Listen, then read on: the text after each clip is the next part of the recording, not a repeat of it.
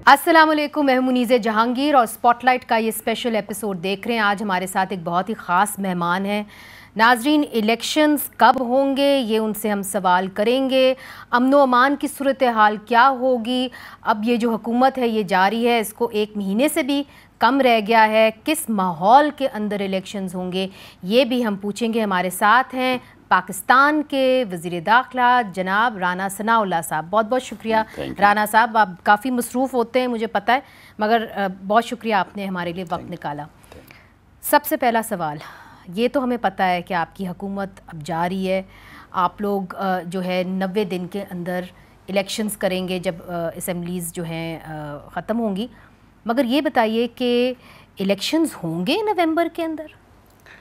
देखें, जब आइनी तकाज़ा ये है कि असम्बलियाँ जो हैं वो 5 साल बाद जो है वो अपनी मुद्दत पूरी करके जो है वो डिज़ोल्व होंगी, तो जब ये आइनी तकाज़ा पूरा होगा तो जो अगला आइनी तकाज़ा है कि जिसमें इलेक्शन जो है वो 90 या 60 दिनों में होने हैं, इसमें जो कन्फ्यूजन है कि ये 90 दिन, भाई 90 दिन से मुराद ये नहीं है कि 90 डेज़ के ऊपर, that is with in 90 days. ठीक है, वो इलेक्शन कमीशन को थोड़ी स्पेस मिल जाए कि चलें वो शेड्यूल जो है अगर 60 डेज़ हैं तो उसे शेड्यूल जो है वो फौरी तौर पे 3-4 दिन में देना पड़ेगा, क्योंकि 54 डेज़ का वो एक पूरा प्रोसीजर होता है।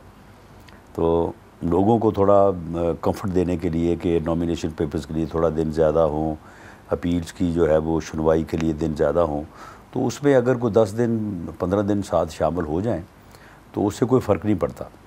तो ये जो फिर दूसरा तकाज़ा है कि 60 या 90 डेज़ में इलेक्शन होने हैं, ये आइन का तकाज़ा है, इसमें क्यों नहीं होगा?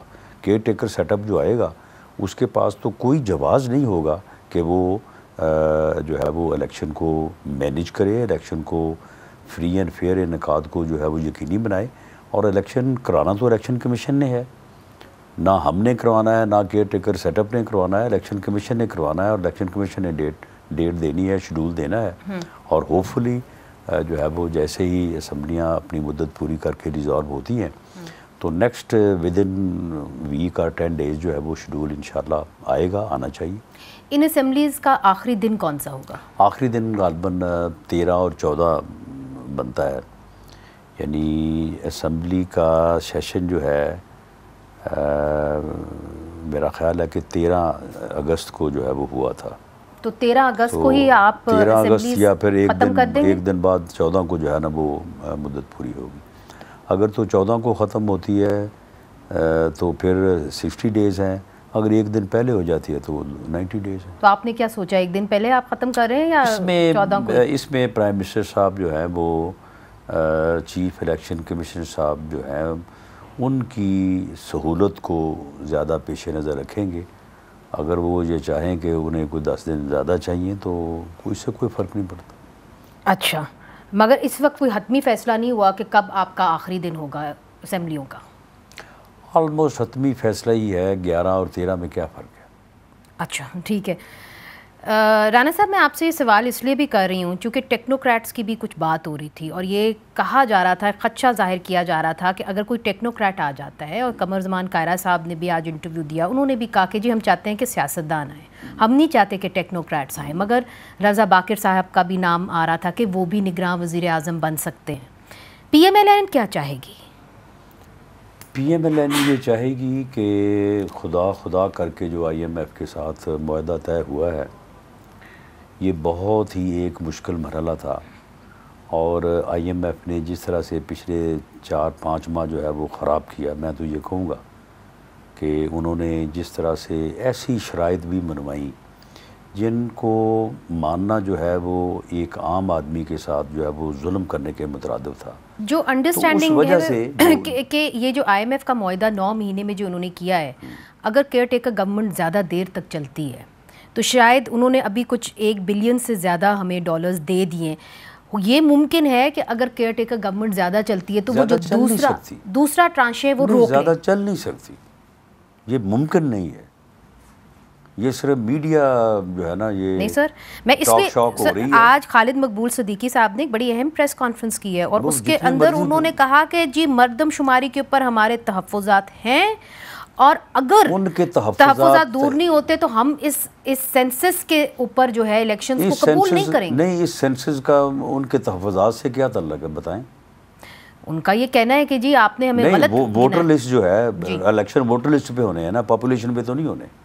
वो ये कहते हैं कि जी आप सेंसस ठीक कराएं, नहीं सेंसस उसकी बिना के ऊपर आप जो है इलेक्शंस डिलिमिटेशंस कराएं। अब उसके अंदर और उन्होंने कैसे होगी वो बताएं। वो तो नहीं, देखें, ऐसे ही उठ के जो है वो बात कर देना एक अलग बात है।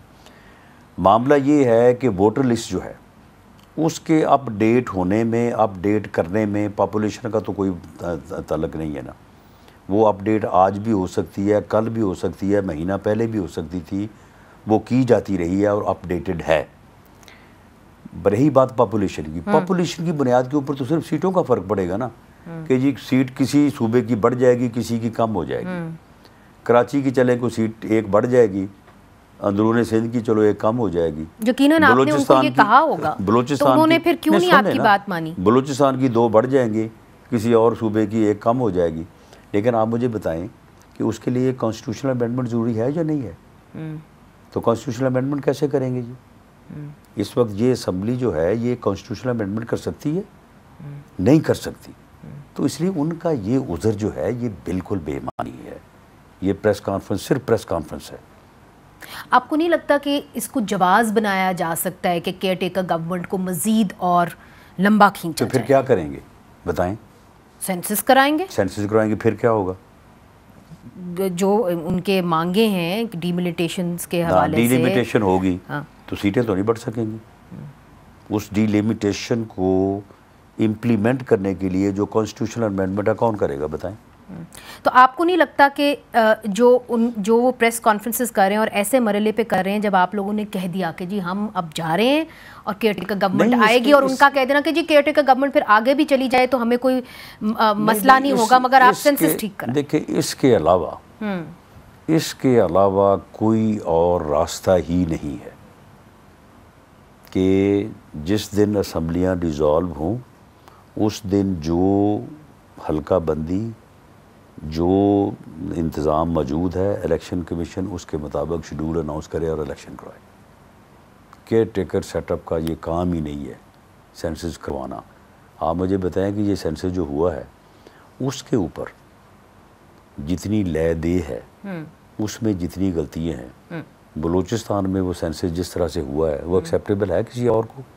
मासवाए किसी को भी नहीं है। जो सेंसस हुआ है उसके ऊपर आप लोगों के भी तो इतराज़ात हैं, PMLN के भी इतराज़ात हैं। तो जो कराची में हुआ है वो किसी को है काबिल कबूल? ये कहते हैं जी पहले वाला गलत था, बहुत सारे लोग कहते हैं जो अब हुआ है वो गलत है।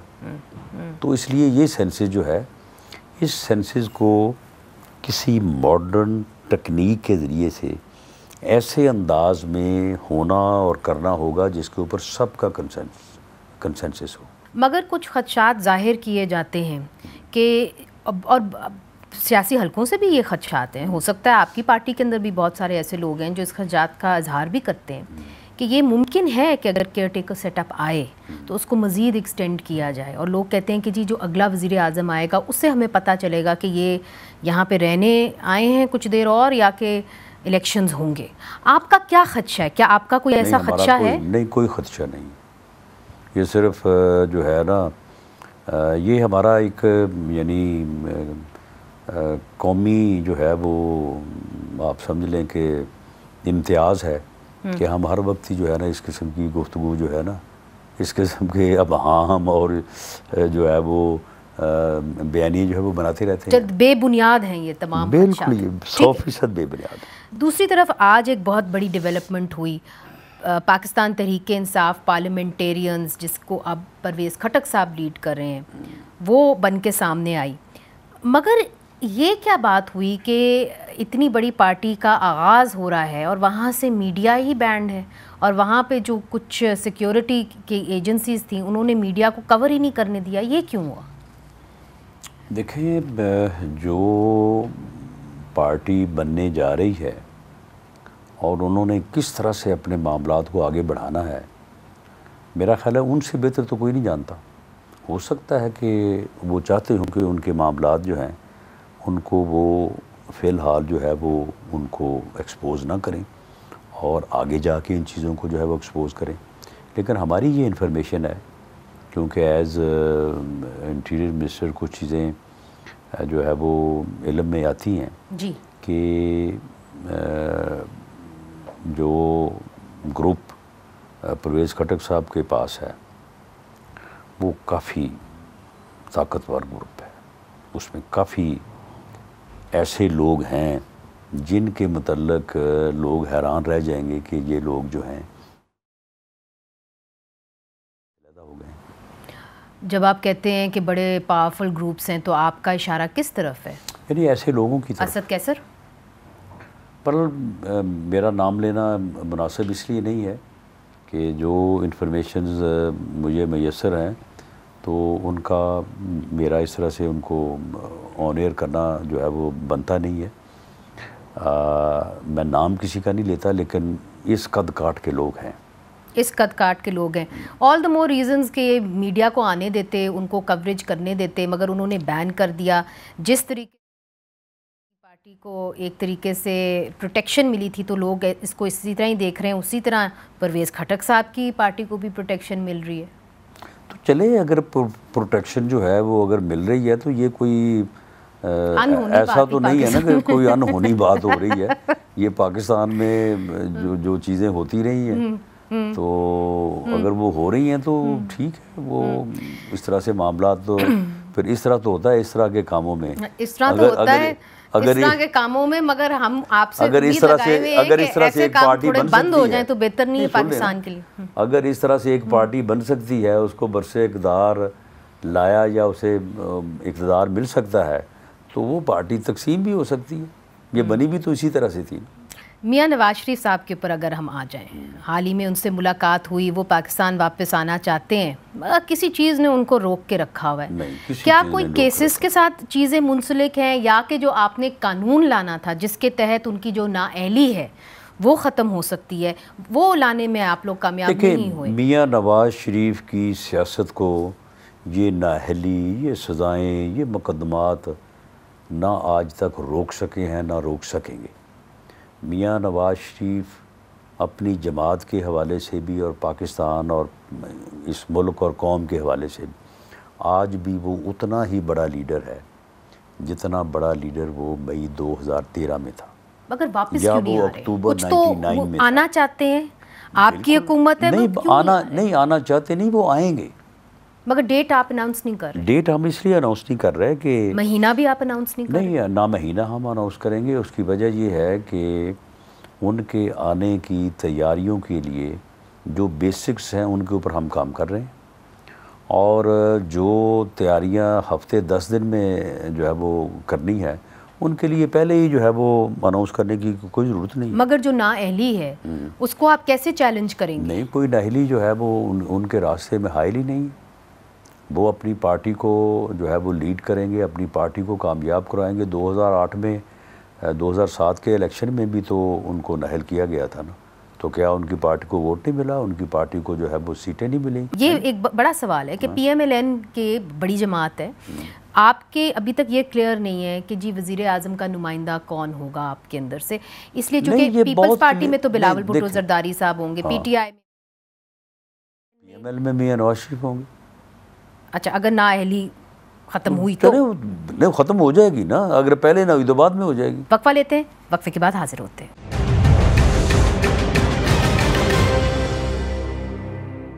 आपकी अपनी राय क्या है कि क्या इमरान खान साहब को नाअहल होना चाहिए, करना चाहिए?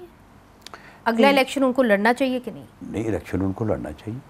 और नाअहली के ऊपर आपकी क्या राय है? नहीं, नाअहली अगर उन्होंने कुछ जुर्म किया है तो उस जुर्म की उनको अगर सज़ा मिलती है तो इसमें जमहूर का क्या जो है वो कसूर है, जमहूरियत का क्या कसूर है, या कानून और आइन का क्या कसूर है? अगर 9 मई के वाक़यात में कुछ लोग मुलव्वस हैं और उन लोगों के ख़िलाफ़ कोई जो है वो लीगल प्रोसेस होता है तो वो एक अलहदा अमल है, वो होना चाहिए। लेकिन मैं इस बात का दाई हूँ कि वो मेरिट पे होना चाहिए। जिसने कोई जुर्म किया है उसके ख़िलाफ़ तो होना चाहिए, जो बेगुनाह है उसके ख़िलाफ़ नहीं होना चाहिए।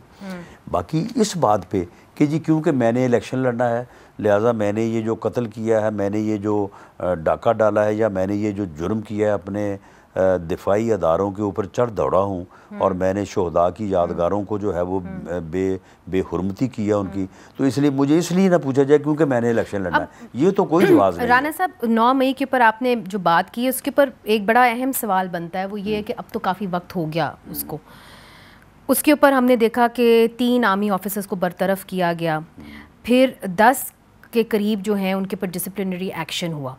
अब ये जो सिविलियंस को आप लोग ट्राई करेंगे अंडर द आर्मी एक्ट, उसके शिक के अंदर ये है कि अगर उनका गठ जोड़ बनता है किसी आर्मी ऑफिशियल के साथ तभी आप उनको ट्राई कर सकते ऐसा हैं। नहीं है, ऐसा नहीं, ऐसा नहीं। आप इसको कैसे देखें? एनी पर्सन, वहाँ पे लफ्ज़ साहब देखें, एनी पर्सन है, एनी पर्सन, अगर वो पाकिस्तान के दिफाई तनसीबात के ऊपर या उन हसास एरियाज़ में जो है वो ट्रस्ट पास करता है, तो वो जो है वो आर्मी एक्ट के तहत प्रोसिक्यूट होगा, चाहे उसने यूनिफॉर्म पहनी है, चाहे उसने सीवीज पहनी है। मगर ये जो 13 के करीब आर्मी ऑफिसर्स जिनके खिलाफ डिसिप्लिनरी एक्शन लिया गया, 3 को बरतरफ किया गया, इनका जुर्म क्या था?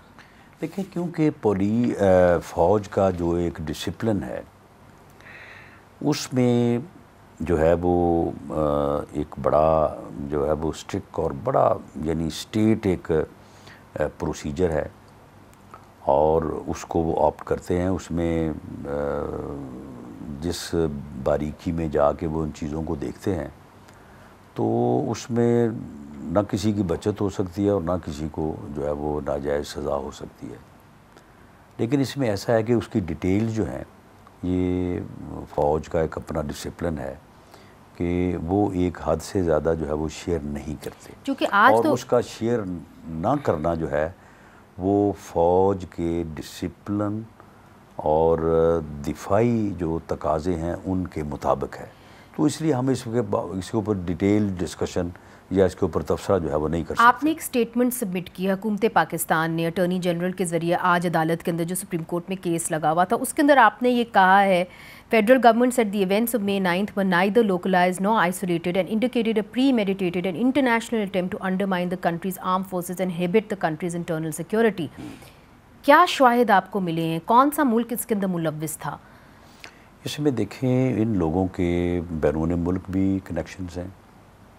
इनकी बैरून मुल्क ऐसी एजेंसी जो हॉस्टाइल हैं, पाकिस्तान दुश्मन हैं, उनके साथ भी इनके लिंक्स हैं, इनके लोगों के लिंक्स हैं।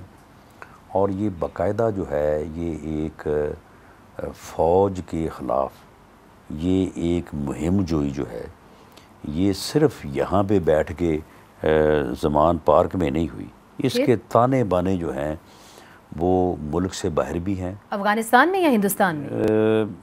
मेरा ख़्याल है कि मैं किसी मुल्क का नाम लेके इसको उस तक महदूद ना करूं तो बेहतर है। ये इससे भी आगे है। जो इसका जो है वो जो इसको लीड कर रहा था, इसे भी पता नहीं ये पूरी तरह से इसे आगाही थी कि नहीं थी कि मैं ये क्या कर रहा हूँ और मैं किन हाथों में जो है वो खेल रहा हूँ। क्योंकि ये एक जो चीज़ें सामने आ रही हैं तो उसमें तो ये एक ऐसी तबाही को जो है वो ला रहे थे कि जिसके बाद ये लोग जो इसके साथ गुमराही का शिकार हो के जो सारा कुछ कर रहे थे, उन्होंने भी बाकी लोगों के साथ ही बर्बाद होना था। मगर आपने बड़ी दिलचस्प बात की राना साहब, कतल कलामी माफ, टूटता है तो फिर कोई भी नहीं बचता। इनको भी नहीं पता था, उनको ये नहीं पता था कि कौन उनको जो है उकसा रहा है, इसके पीछे किसकी साजिश है। ये जो हो सकता है हुक्म था कि आप चढ़ दौड़ें इंस्टॉलेशंस के ऊपर, वो किसने दिया था? नहीं, हो सकता है कि उनको मंसूबा साजों ने ये कहा हो कि जी आप इस तरह से इतने लोगों को ट्रेंड करें, उसके बाद आप इस तरह से जो है वो आप जो है वो चढ़ दौड़ें, उसके बाद अवाम आ जाएंगे, उसके बाद इंटरनेशनल प्रेशर आ जाएगा, उसके बाद फिर इस तरह से होगा, उसके बाद फिर जनाब जो है वो ज़ल्म खलीलज़ाद जो है वो आपकी हमायत में आ जाएगा, फिर जनाब 60 से कांग्रेसमैन आ जाएंगे, फिर उसके बाद इधर से ये होगा, वहाँ से वो होगा, और एक इनकलाब आएगा और उस इनकलाब के नतीजे में आप पाकिस्तान के ऊपर काबज़ हो जाएंगे, आप बरसे इक़्तिदार आ जाएंगे। हो सकता है उनको ये चीज़ समझाई गई हो, लेकिन अगर ये कामयाब होता तो कुछ भी इनके हाथ ना आता, ये मुल्क बर्बाद हो जाता और वो जो तबाही ये बाकी मुल्क और बाकी 22 करोड़ 23 करोड़ आवाम के लिए लेके आया, तो उसी में खुद भी ये पिस जाते हैं। जो आपने आर्मी एक्ट के तहत FIRs दर्ज की हैं उन लोगों के ख़िलाफ़ जो इसमें 9 मई के इंसिडेंट में इन्वॉल्व थे, उसके अंदर जो ख़ास प्रोविज़न है आर्मी एक्ट की, वो भी दर्ज नहीं हुई हुई FIR की? वो दर्ज होनी भी नहीं है। तो फिर आप उनको कैसे ट्राई करेंगे? FIR तो एंटी टेररिस्ट एक्ट के तहत ही दर्ज होनी है और आर्मी जो है वो अपने तौर पे जो है वो इस मामले को अपने तौर पे इन्वेस्टिगेट करेगी और इन्वेस्टिगेट करने के बाद एक FIR है, उसके अंदर मुख्तलिफ टेररिस्ट एक्ट के जुर्म या PPC के जो है वो जुर्म लगे हुए हैं। उसमें मिसाल के तौर पे 200 एक्यूज़्ड हैं। उन 200 में से 20 आदमी ऐसे हैं जिनका एक्ट जो है वो आर्मी एक्ट के ज़ुमरे में आता है। बाकी सब एंटी टेररिज्म उन्होंने ट्रेसपास किया है उस एरिया में जो हसास एरिया है। आप देखें, आप कंटोनमेंट में जाते हैं ना जी, तो वहाँ पे आप कंटोनमेंट में घूमें फिरें, कोई आपको जो है वो कदगन या रुकावट नहीं है। लेकिन बाज़ एरियाज़ ऐसे होते हैं जो हसास एरियाज़ होते हैं, वहाँ पे लिखा होता है कि प्रोहिबिटेड एरिया, वहाँ पे आप नहीं जा सकते। अगर आप वहाँ पे जाएंगे तो फिर आप जो है वो प्रोसिक्यूट होंगे अंडर द आर्मी एक्ट। तो वो 20 लोग जो हैं, उन 20 लोगों को वो फिर जो है वो अलहदा से उनका चलान मुरतब करके जो है वो मिलिट्री कोर्ट में जो है वो पेश करेंगे। उनको उस ऑफेंस या उस जुरिस्डिक्शन में जो है वो प्रोसिक्यूट करेंगे। बाकी जो 190 लोग हैं वो एंटी टेररिज्म एक्ट में चलेंगे। ये बड़ा अच्छा कि आपने ये क्लियर कर दिया। मगर अब जो एक खौफ की फ़िज़ा इस वक्त पाकिस्तान के अंदर बनी हुई है, बहुत से लोग ये कहते हैं कि सियासतदानों की ज़िम्मेदारी, ख़ास तौर पे बड़ी जमातों के ऊपर ज़िम्मेदारी बनती है कि इस खौफ की फ़िज़ा के अंदर कमी लाएं ताकि इलेक्शंस जो हैं वो एक खुली फ़िज़ा के अंदर हो सकें। उसके बारे में मैं आपसे पूछूंगी, अमन व अमान की सूरत हाल के बारे में भी पूछूंगी। वक्फा लेते हैं, वक्फे के बाद हाजिर होते हैं।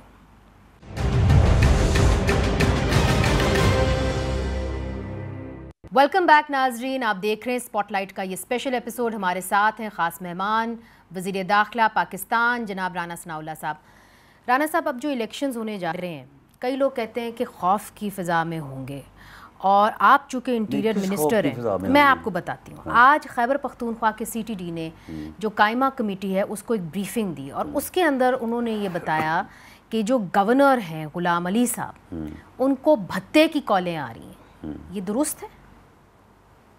बहरहाल ये इसकी तरदीद या तस्दीक तो गवर्नर साहब भी कर सकते हैं, लेकिन गवर्नर साहब ने इस बारे में को हमें इन्फॉर्म तो नहीं किया।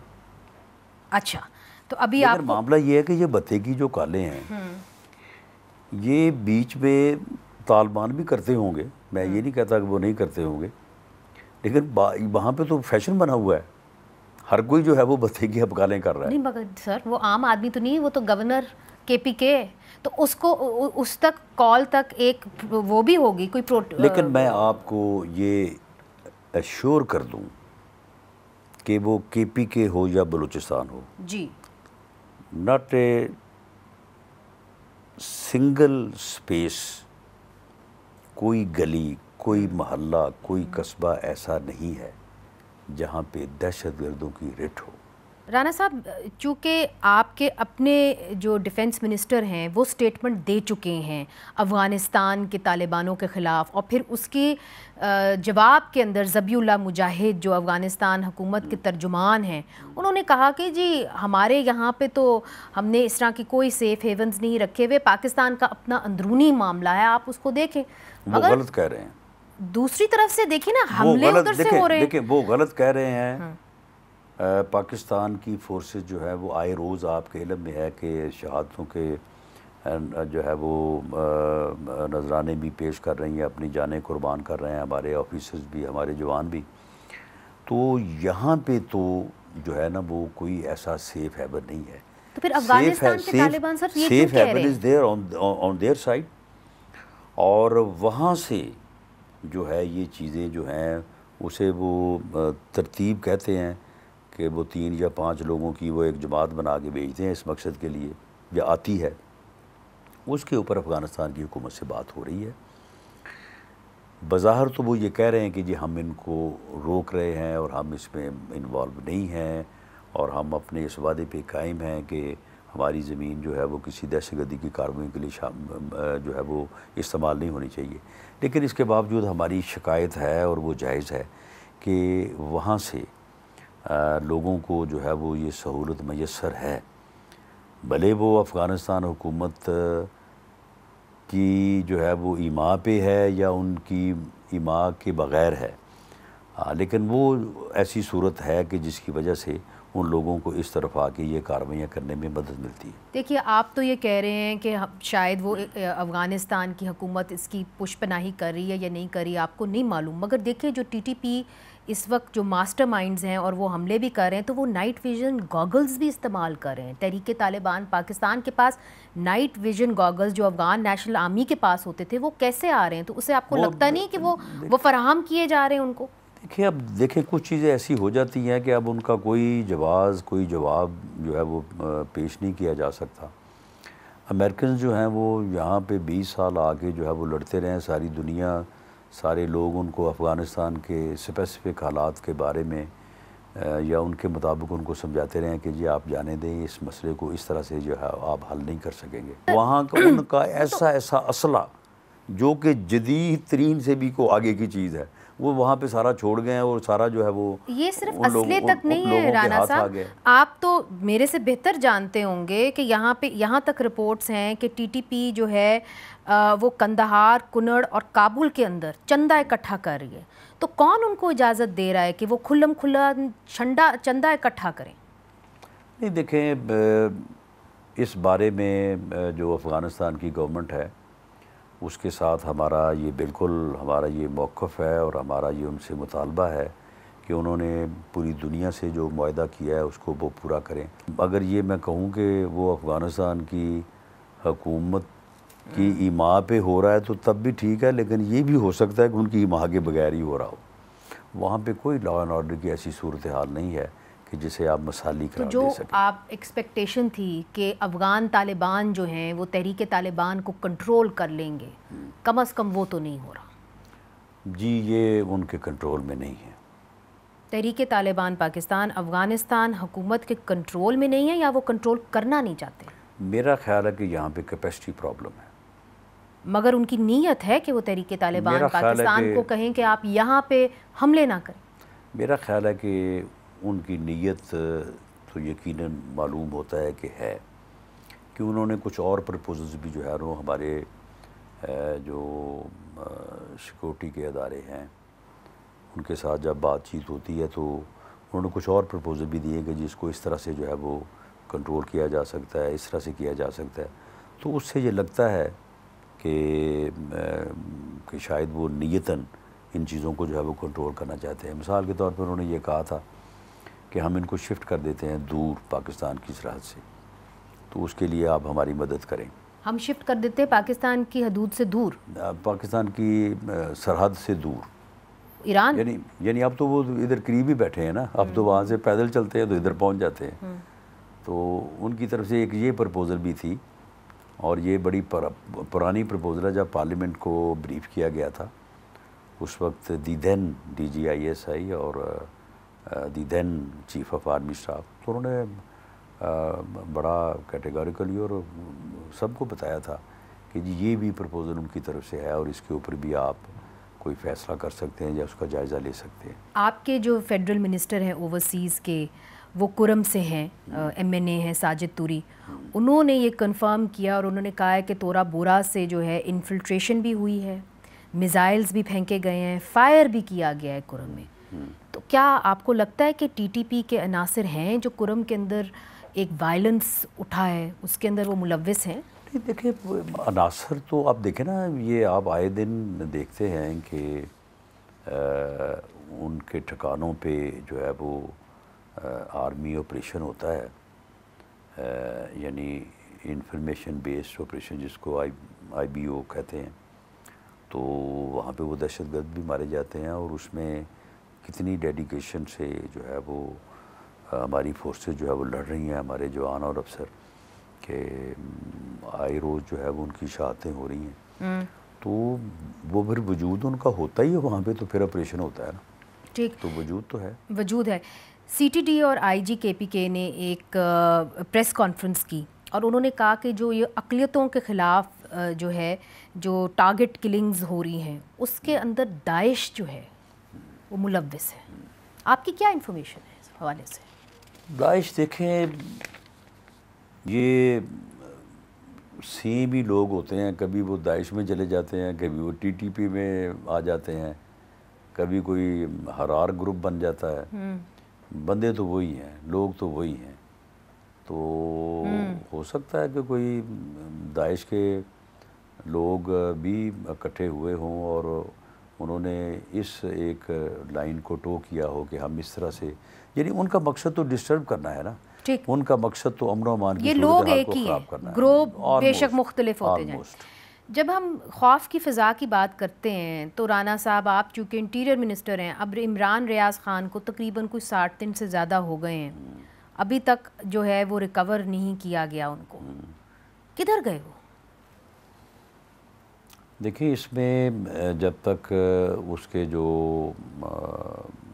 लवाहकीन हैं या उनकी जो फैमिली है वो किसी को नामजद ना करे, तो आप मुझे बताएं मैं और आप किसी को कैसे नामजद कर सकते हैं? मगर सर, जो IG प्रिजन्स ने उसकी तरफ से जो फुटेज शामिल की गई है सबसे बड़ी अदालत पंजाब के अंदर, लाहौर के अंदर, उसके अंदर उन्होंने ब्लैक डाले में दिखाया है कि इमरान रियाज़ ख़ान को लजाया जा रहा है। वो फुटेज प्रेजेंट की गई है अदालत में। तो उस फुटेज की जो है वो आइडेंटिफिकेशन जो है वो अगर होगी तो यकीनन उन लोगों के ख़िलाफ़ जो है वो कार्रवाई होगी। कार्रवाई तो आपने करनी है? नहीं, कार्रवाई हमने करनी है, लेकिन आइडेंटिफिकेशन होगी तो करेंगे ना। तो आइडेंटिफाई अभी तक नहीं कर पाया आप? जी, अभी तक उसके बारे में कोई जो है वो आइडेंटिफिकेशन नहीं हुई। उसकी क्या वजह है? उसकी वजह ये है कि अब जब ये लोग जो है वो वापस आते हैं तो उसके बाद तो फिर ये मानते ही नहीं है, ये तो कहते हैं कि हम वैसे ही अब फलां अजीज़ के घर चले गए थे, आपके पास फोरेंसिक्स हैं, इतनी अच्छी आपके पास IB है, आपके पास तरीके हैं, सारा कुछ है, लेकिन विदाउट एविडेंस तो आप ना किसी को एविडेंस तो वो दिखा रहे हैं जी अदालत के अंदर। हाँ, लेकिन उसके ऊपर उस डाले की कुछ शनाख्त उन्होंने साथ पेश की। देखिए, आज़म खान जो हैं प्रिंसिपल सेक्रेटरी, इमरान महीना हो गया इस्लामाबाद की टेरिटरी से वो गायब हुए। आपने कहा कि जी उनकी बात करा दी गई है उनके रिश्तेदारों से, मगर उनके जो रिश्तेदार हैं उन्होंने स्टेटमेंट। मैंने ये नहीं कहा कि उनकी बात करवा दी गई है, मैंने कहा कि उनकी फैमिली जो है वो उसने हमारे तक कभी आके पूछना भी गवारा नहीं किया, तो वो जिस तरह से सेटिस्फाइड हैं, तो इसलिए मेरा ये गुमान है कि उनके इल्म में है या उनको सेटिस्फेक्शन है, वरना ऐसी सूरत हाल में इस तरह का इत्मीनान तो जो है वो फैमिली को नहीं हो सकता। तो आप समझते हैं कि उनके इल्म में है कि आज़म खान कहाँ है? आज़म खान जो है वो जिस रैंक पे रहे हैं, जिस पोजीशन में रहे हैं, कुछ तुक बनता है कि वो बंदा जो है वो अकेले घर से निकला जी और वो बाहर जो है वो घूम रहा था। तो आपकी असेसमेंट क्या है, क्या हुआ? को बात बनती है। आपने जो इन्वेस्टिगेशन कराई उसमें क्या निकला? देखें, इस इन्वेस्टिगेशन में क्योंकि कोई रिज़ल्ट जो है वो हतमी सूरत में नहीं सामने आया, तो इसलिए कोई अगर मैं मौक़िफ़ इख्तियार करूँगा तो मैं नहीं चाहता कि किसी भी विक्टिम की, उस विक्टिम का किस हद तक वो विक्टिम है या नहीं है ये खुदा बेहतर जानता है, लेकिन किसी की दिलउज़ारी करना जो है ये हमारी पोजीशन नहीं है कि मैं उनके मतलब कोई इस किस्म की जो है वो लूज़ बात करूं। लेकिन मामला ये है कि आप मुझे बताएं कि अपना इमरान रियाज़ साहब जो हैं ये उधर सियालकोट जैसे कहते हैं ये अकेले ही वहाँ पे चले गए, कोई उनके साथ बंदा ही नहीं था। आज़म खान साहब जो है वो अकेले ही जो है वो इस्लामाबाद में घूम रहे थे और अब कहते हैं जी कोई आदमी नहीं है फैमिली का, कोई उनका गार्ड नहीं है जो बताए कि जी मैं साथ था, इस तरह के लोग थे, ये उनकी शक्लें थी, ये गाड़ी थी, ये उसका नंबर था, कोई नहीं। तो ये फिर ये सारी चीज़ें जो हैं इनके ऊपर जो अगली बात है वो मैं समझता हूँ कि करना जो है वो किसी की दिल आज़ारी का बायस हो सकता है, तो इसलिए मेरा ख्याल है हमें उससे जो है वो इज्तनाब करना चाहिए। आखिरी सवाल आपसे, बहुत सारे लोग पाकिस्तान के अंदर लापता हैं, उनके फैमिली मेम्बर्स जो हैं तस्वीरें लेके घूमते हैं, बताते भी हैं कैसे उनको उठाया गया, कई माओं के सामने अपने बच्चों को उठाया गया। मुदस्सर नारू का केस भी आपके सामने है, उसके अंदर तो चीफ जस्टिस उस वक्त के जो इस्लामाबाद हाई कोर्ट के थे, उन्होंने आपको तलब भी किया था, आपकी उनकी फैमिली के साथ भी बातचीत हुई, क्यों नहीं ये लोग बाज़ियाब हो पाते? अब मुदस्सर नारू साहब जिन सर्कमस्टांसेस में और जिस तरह से वहाँ से वो मिसप्लेस हुए हैं, अगर आप उसकी तफसील में जाएं तो उसके एक से ज़्यादा एंगल्स बनते हैं कि ये भी हो सकता है और ये भी हो सकता है। तो ये जितने भी लोग लापता हैं, आप समझते हैं कि ये हादसाती तौर पे लापता हो गए हैं, या आप समझते हैं वाकई में इन्फोर्स्ड डिसअपीयरेंसेस एक मसला है पाकिस्तान में? नहीं, देखें, मामला ये है कि जब इस मुल्क में दहशतगर्दी नहीं थी, कभी आपने कभी सुना था कि कोई आदमी जो है वो मिसप्लेस हुआ है या मिसिंग पर्सन हुआ है? सिक्योरिटी फोर्सेस ने जो है वो इन चीज़ों को कंट्रोल करने के लिए जो उन्होंने जो है वो अपनी जो है वो क़ुव्वत का या ताकत का इस्तेमाल किया। अब उसमें कुछ चीज़ें जो हैं ये भी मुमकिन है कि कुछ लोग जो हैं वो जो है वो उस इन्वेस्टिगेशन के या उस इंक्वायरी के अमल में जो है वो होल्ड किए गए हों, लेकिन ये भी है कि बदे जनाब गए हैं घर से और जाके बैठे हैं उधर, लड़ रहे हैं उधर। अब ये जो कोई तकरीबन कोई जो है वो 10-15 हज़ार के करीब ये जो टीटीपी की जो ऑपरेशनल फोर्स है, तो इनमें से आधों के नाम जो है वो मिसिंग पर्सन में है कि जी मिसिंग पर्सन है, वो बैठे उधर हैं जाके। जनरल फैज़ साहब ने छुड़वा दिया, तो हाँ वो जो छुड़वाए हैं तो वो भी अब उधर जाके मिसिंग पर्सन बने हुए हैं। बहरहाल ये एक इशू तो है और उम्मीद करते हैं कि जब आपकी, लेकिन इस इशू का हल ये है कि तमाम लोग जो हैं वो एक जगह पे बैठे। इस बारे में former chief of army staff ने भी ये कहा था कि इसके लिए लेजिस्लेशन करें, हम भी आके सच्ची बात सामने रखें। वो लेजिस्लेशन भी गायब हो जाती है राना साहब। आप भी सच्ची बात करें तो ये इशू जो है ना हल हो सकता है, लेकिन कौन ये लेजिस्लेशन को हाथ डालेगी? ये जो आपकी तंजीमें हैं वो तो सर फाड़ देंगी कि जी आप ये लेजिस्लेशन करके, अगर आप सही लेजिस्लेशन करेंगे तो यकीनन अवाम भी आपके साथ होगी और मेरा ख्याल है बाकी तंजीमें भी होंगी। मगर एक उम्मीद जो है हमेशा सियासतदानों से रहती है कि वो अवाम को प्रोटेक्ट करेंगे, और यही उम्मीद जो है राना साहब आपसे भी होगी और आपकी पार्टी से भी होगी। बहुत बहुत शुक्रिया कि आपने मुझे अपना वक्त दिया।